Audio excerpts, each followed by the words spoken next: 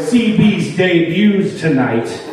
She's hilarious. She's funny. She's dope. It's Jessa Blake!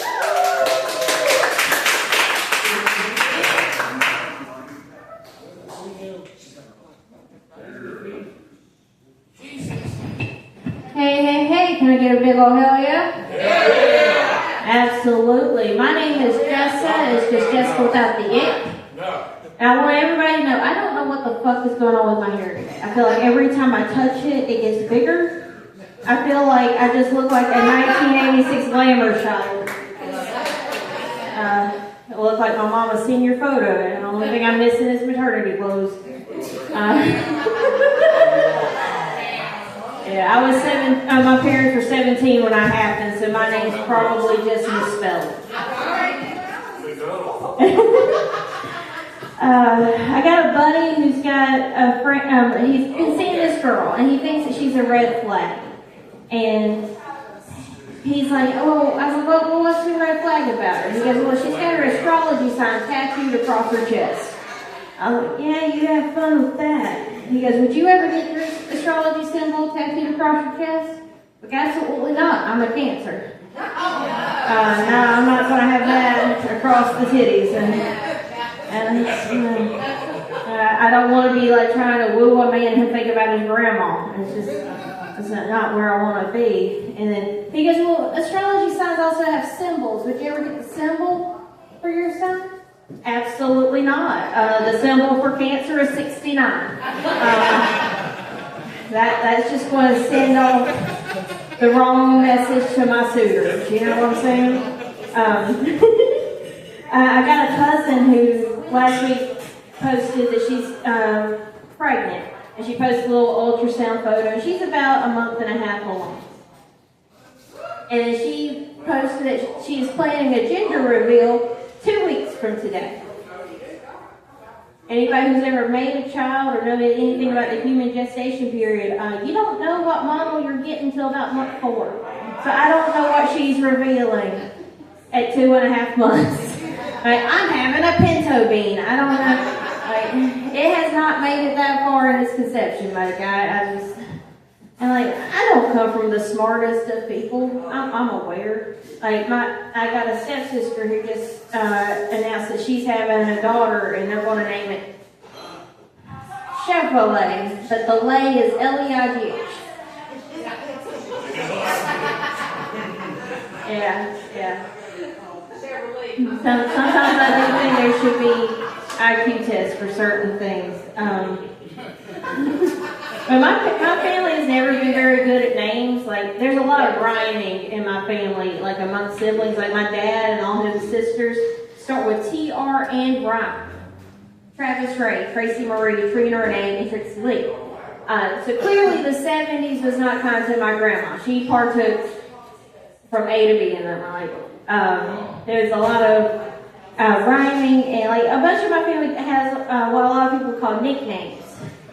And everybody goes by a nickname. We got a Punk and a Butch and a Bubba and, a Junior, a bunch of Jesus Christ, so many juniors. We got like a whole bunch of Fords, but the government will call those aliases in my family. The nicknames are definitely aliases.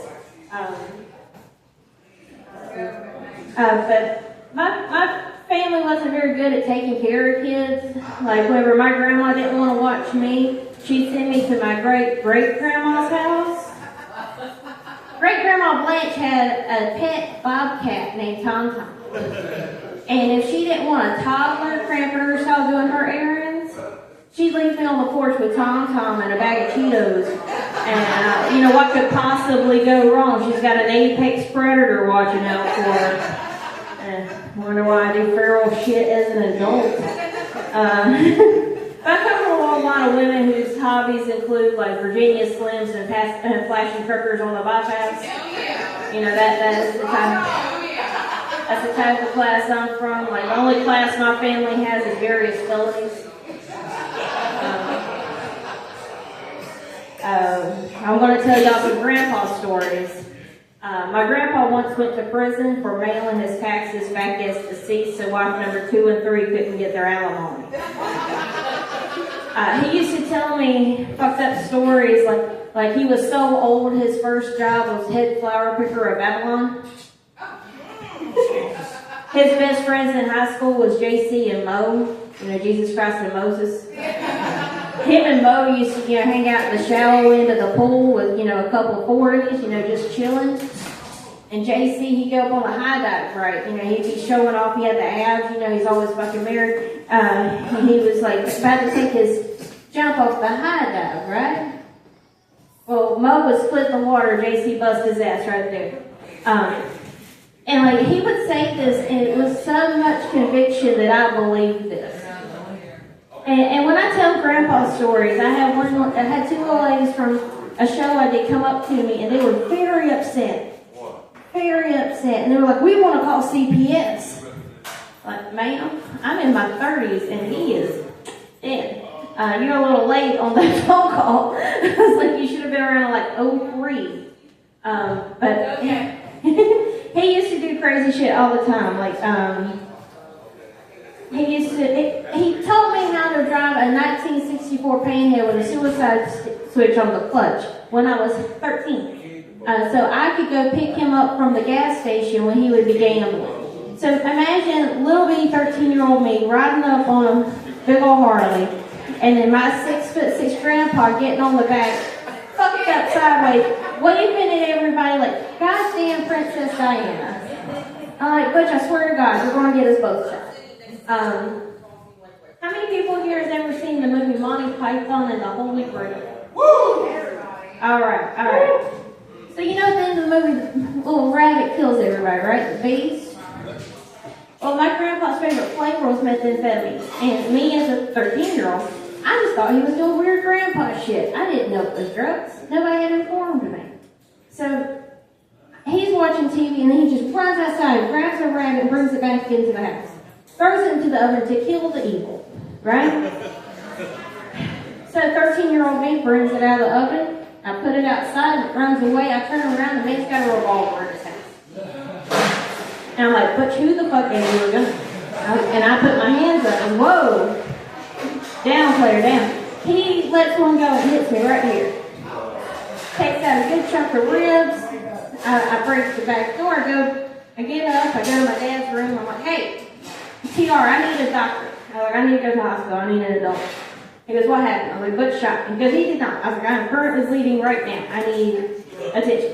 And he opens up his bedroom door just enough to hand me Neosporin and a bubble bath. He tells me to walk it off. So, motherfucker can't tell me shit because I have walked off a gunshot wound. When I used to get in trouble all the time when I was little, like in elementary school for cussing. Because nobody ever told me not to do that. Right? I was just told not to do it in church. I just felt that was the place you didn't say those words. That was all I knew. Jesus didn't cuss. So, when the first, second grade, I had to tell a story. When you do little projects as a kid and you have to tell your favorite story to your classroom. And most of the time they tell us Disney movie, princess fairy tale bullshit, right? Well, I never got that. Only thing I got was Butch's meth hallucinations.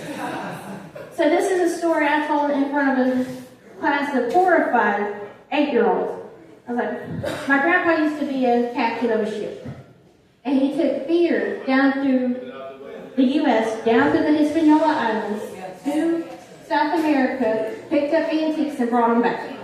The most convoluted way possible to run cocaine, but that's how the man did it. They get stuck on Tortuga from the store, and there's nothing on that island, and they ran out of food, so the only thing they had left was the beer.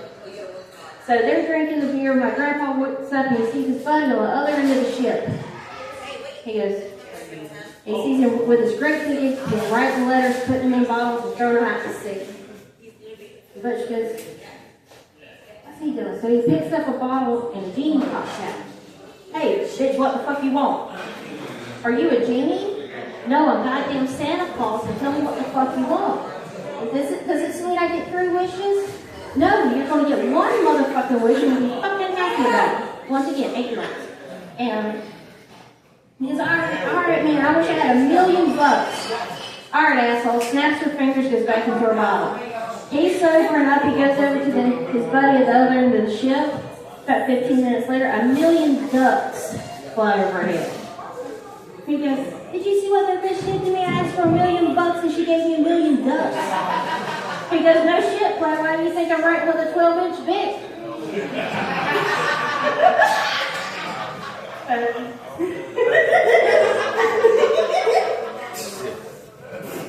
But I've had a rough week. I don't know if anybody else in here has had a rough week. Yeah, I got fired this week.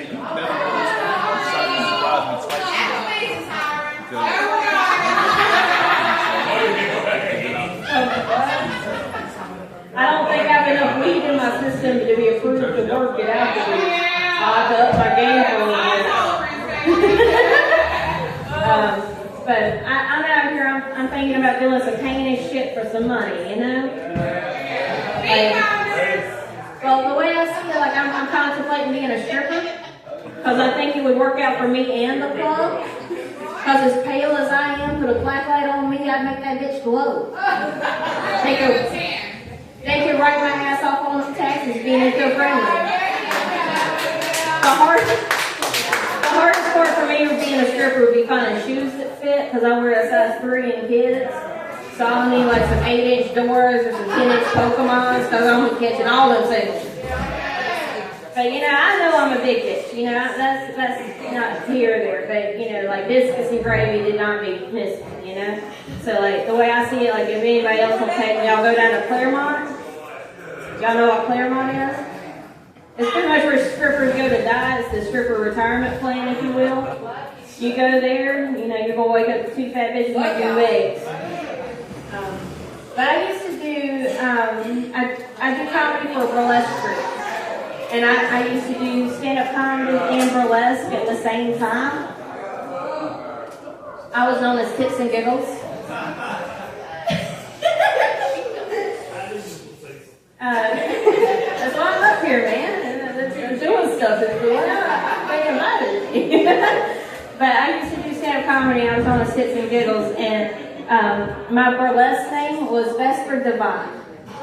So, Vespers are the last rites of Catholicism. Divina is Elvira's mother's name. So kind of morbid sexy, what I was going for, right? And I had that name for a couple months. I traveled a bit, did some shows, had some fun until I realized my initials are BD. So my performances are contagious. But I've been dating this guy. We've been dating each other on and off for about 10 years now. Sometimes he's stupid and I have to send him back. But I'm going to be with this man until he dies, whether it's Jesus taking him or me. But it's just one of those things, like there's certain things I've just never been good at. And one of those things is I've never been good at dirty talk. Right? It's just not something I'm good at. It's just like when I put some weed and a little bit of some booze in me, I turn into a NASCAR interview. It's like, I want you to slide in this pit like a NASCAR winner. Whenever we get kinky, I just hit him with a Stone Cold Stunner.